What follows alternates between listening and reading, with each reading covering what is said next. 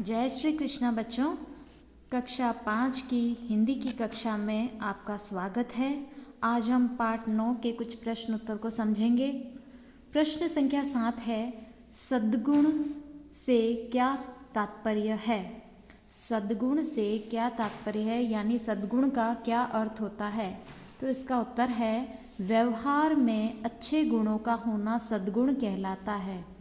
जो हमारा व्यवहार है उस व्यवहार में अच्छे गुणों का होना क्या कहलाता है, सद्गुण कहलाता है। हमारे व्यवहार में अच्छे गुण होंगे तो हम सद्गुणी व्यक्ति कहलाएंगे। प्रश्न संख्या 8, सदाचारी व्यक्ति में कौन कौन से गुण होते हैं। जो सदाचारी व्यक्ति होता है उसमें कौन कौन से गुण होते हैं। तो इसका उत्तर है, सदाचारी व्यक्ति में गुरुजनों का आदर करना, सत्य बोलना, सेवा करना, किसी को कष्ट न पहुंचाना, विनम्र रहना, मधुर बोलना जैसे गुण होते हैं। जो सदाचारी व्यक्ति होता है उसके अंदर गुरुजनों को आदर करने का गुण होता है। वह गुरुजी का आदर करता है, गुरुजी के कही हुई बात को मानता है, उनकी सेवा करता है, सत्य बोलता है, हमेशा वह सत्य वचन बोलता है और सेवा करना जानता है। कोई भी बड़े हैं, माता पिता हैं, गुरुजन हैं, वृद्धजन हैं, किसी की भी उनकी सेवा करना जानता है। किसी को वो कष्ट नहीं पहुंचाता। सदाचारी व्यक्ति होगा वो किसी को भी कष्ट नहीं पहुंचा सकता है, सबकी मदद करना जानता है, सेवा करना जानता है, वो किसी को कष्ट देना नहीं जानता। विनम्र रहना, उसका स्वभाव कैसा होता है, विनम्र रहने का, वो बहुत नम्र रहता है। मधुर बोलना जैसे गुण होते हैं, मधुर बोलना यानी अच्छा बोलना, मीठा बोलना, सबसे अच्छा व्यवहार करना, सबसे मीठा बोलना, ये उसमें गुण होते हैं। तो सदाचारी व्यक्ति के गुण क्या हैं, गुरुजनों का आदर करना, सत्य बोलना, सेवा करना, किसी को कष्ट न पहुंचाना, विनम्र रहना, मधुर बोलना जैसे गुण होते हैं सदाचारी व्यक्ति में। प्रश्न संख्या 9, प्रतिकूल परिस्थितियों में भी सदाचारी व्यक्ति विचलित क्यों नहीं होता है। प्रतिकूल परिस्थितियाँ यानी विपरीत परिस्थितियाँ जब हो जाती है तो विपरीत परिस्थितियों में भी सदाचारी व्यक्ति विचलित क्यों नहीं होता। तो इसका उत्तर है, अपने असीम धैर्य और सहनशीलता जैसे गुणों के कारण सदाचारी व्यक्ति विपरीत परिस्थितियों में भी विचलित नहीं होता है।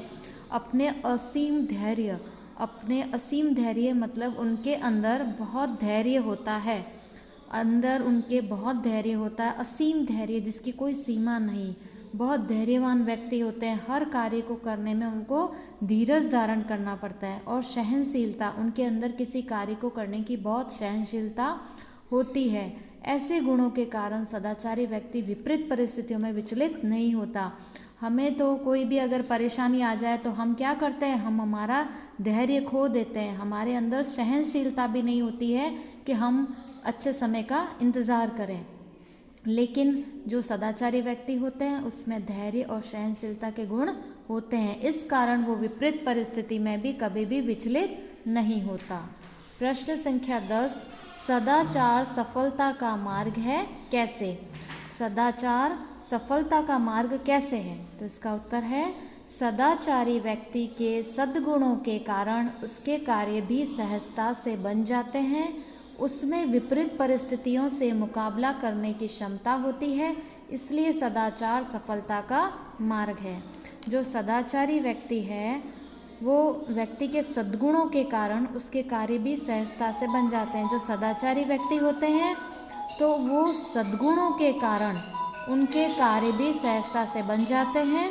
इसमें विपरीत परिस्थितियों से मुकाबला करने की क्षमता होती है, इसलिए सदाचार सफलता का मार्ग है। सदाचारी व्यक्ति के अंदर क्या होता है, सद्गुण। सद्गुण के कारण क्या करते हैं, मतलब सद्गुण यानी अच्छे गुण। तो अच्छे गुण के कारण उनके काम सहजता से बन जाते हैं। सहजता का मतलब होता है सरलता से बन जाते हैं और उनमें विपरीत परिस्थितियों से मुकाबला करने की भी क्षमता होती है, इसलिए सदाचार सफलता का मार्ग है। कोई भी परिस्थिति आ जाए विपरीत तो उसमें मुकाबला करने की इनके अंदर क्षमता होती है, इसलिए सदाचार सफलता का मार्ग है। और अगर देखो व्यक्ति के अंदर अच्छे गुण होंगे, सद्गुण होंगे तो कोई भी उनके मदद करने में मना नहीं करेगा। और अगर व्यक्ति में अच्छे गुण नहीं है, सद्गुण नहीं है, तो फिर क्या है, कोई भी व्यक्ति उनकी सहायता नहीं करेगा कि अरे ये व्यक्ति झूठा है, ये व्यक्ति सत्य नहीं बोलता, ये व्यक्ति किसी की मदद नहीं करता, हम भी इसकी मदद नहीं करेंगे, हम भी इसका साथ नहीं देंगे, तो उसके काम भी नहीं बनेंगे। और व्यक्ति अच्छा होगा तो सभी व्यक्ति उनकी मदद करेंगे, तो उनके काम सरलता से बन जाते हैं। प्रश्न संख्या 11, महापुरुष हमारे आदर्श क्यों हैं? इसका उत्तर है, महापुरुषों में सदाचार के बल पर अपनी असीम शक्ति को प्रकट करने का सामर्थ्य होता है। उनके द्वारा किए गए कार्य महान होते हैं, इसलिए वे हमारे आदर्श होते हैं। महापुरुषों में सदाचार के बल पर अपनी असीम शक्ति को, जो महापुरुष होते हैं उनके अंदर कैसा बल होता है? सदाचार का बल होता है। तो सदाचार के बल पर उनके अंदर अपनी असीम शक्ति को प्रकट करने का सामर्थ्य होता है। सामर्थ्य यानी शक्ति होती है, वह अपनी असीम शक्ति को प्रकट कर सकते हैं। उनके द्वारा किए गए कार्य महान होते हैं, इसलिए वे हमारे आदर्श होते हैं। प्रश्न संख्या 12, अखंड तपस्या किसे कहा गया है? अखंड तपस्या किसे कहते हैं? इसका उत्तर है, सत्य बोलने को अखंड तपस्या कहा गया है।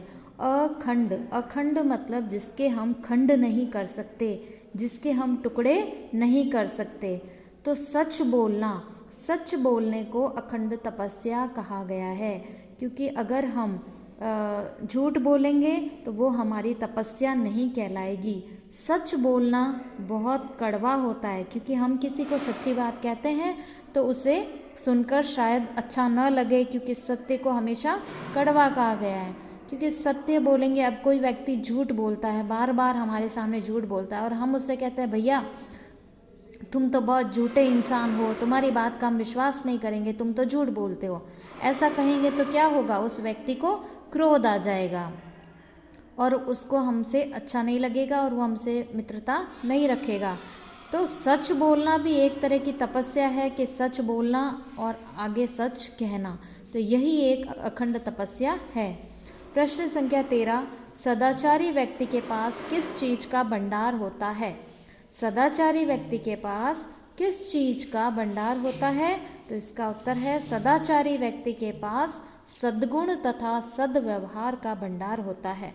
जो सदाचारी व्यक्ति होता है उसके पास किसका भंडार है? किस चीज़ की खूब अधिकता पाई जाती है? उसके अंदर सद्गुण होते हैं और सद्व्यवहार करना वो जानते हैं, यानी उनके अंदर अच्छे गुण होते हैं, इसी के कारण वो सदाचारी कहलाता है।